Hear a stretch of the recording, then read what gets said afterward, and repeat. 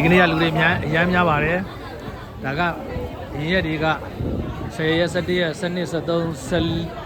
ဟုတ်တယ်13ရက်တွေမှာမျက်စိခွဲထားတဲ့ပုံကိုယ်တွေဖြစ်ပါတယ်ဒါပြန်ကြည့်ပြီးမှဖြစ်ပါတယ်မြန်မာနေရ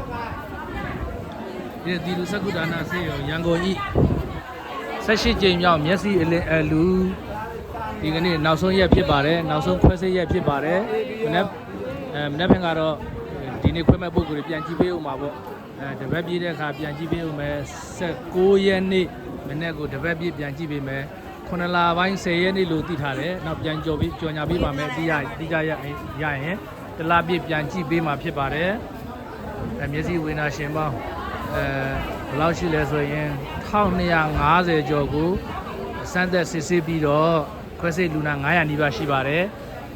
ဒါဒီနေ့ခွဲစိတ်ရမယ့်ပုဂ္ဂိုလ်100ကျော်ရှိပါတယ်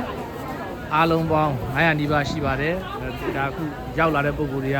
400လောက်ရှိမယ်ထင်တယ်သူရောက်လာကြတာခွဲပြီးသားပုဂ္ဂိုလ်တွေပြီးတဲ့ခွဲပြီးသားပုဂ္ဂိုလ်400လောက်ရှိပါတယ်ဒါမို့လူတွေကများနေတာအောက်ထပ်မှာရောဒုတိယတက်မှာရောတတိယတက်မှာရောလူတွေကအများများပါတယ်အကြောင်းက case က3မျိုးစုံနေတာဖြစ်ပါတယ်ဒီကနေ့ခွဲမဲ့ပုဂ္ဂိုလ်ရဲ့မနေ့ကခွဲပြီးတော့ပฏิဖြစ်တဲ့ပုဂ္ဂိုလ်ရဲ့အရင်ရက်တွေကခွဲပြီးသားပုဂ္ဂိုလ်တွေအားလုံးကိုပြန်လဲကြည့်ပေးတာရဲ့3မျိုးစုံတော့လူတွေအများများလာဖြစ်ပါတယ်ဒီထဲမှာနေ့ကခွဲပြီးသားပုဂ္ဂိုလ်တွေပฏิဖြစ်ပေးနေတာဖြစ်ပါတယ်ပฏิဖြစ်မဲ့တန်ရှင်းလို့မဆေးခက်မဲ့ဆရာအောင်ပြန်ကြည့်ပေးမယ်အဲ့ဒီဘက်က3ယောက်လာလိုက်နော်ဒီဟိုစားရရတဲ့လူဒီပေါ်တာခွဲစိတ်ကံဖြစ်တယ်လားဒါဒီကနေ့ခွဲမဲ့ပုဂ္ဂိုလ်ဖြစ်ပါတယ်လူနာတရားကျော်ခေါ်ထားတာဖြစ်ပါတယ်ဒါနေ့ကခွဲပြီးသားပုဂ္ဂိုလ်တွေပฏิဖြစ်မှာဖြစ်ပါတယ်ခုရောက်လာကြပြီဟိုတယ်ကနေခေါ်လာတာဖြစ်ပါတယ်ရေဝေးကနေ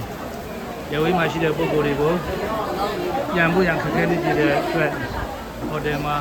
တရားစီစဉ်ပေးတာဖြစ်ပါတယ်မိုးရရွာပြီညာနေကြလို့ဘုရားကနေပြီမိုးရရွာပြီမိုးရရွာတော့နေရာကျင်းသွားပြီ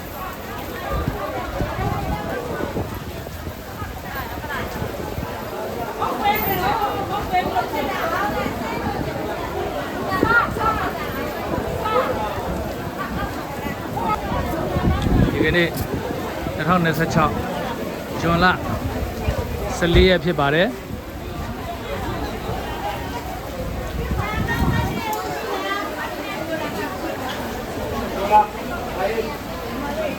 ဒီကူစကုဒါနာစေယုံရန်ကုန်ဒဂုမြို့တင်မြောက်ပိုင်းဥယျာဉ်စာရလမ်းပင်လုံလမ်းစုံနိုင်စဉ်မှတ်တိုင်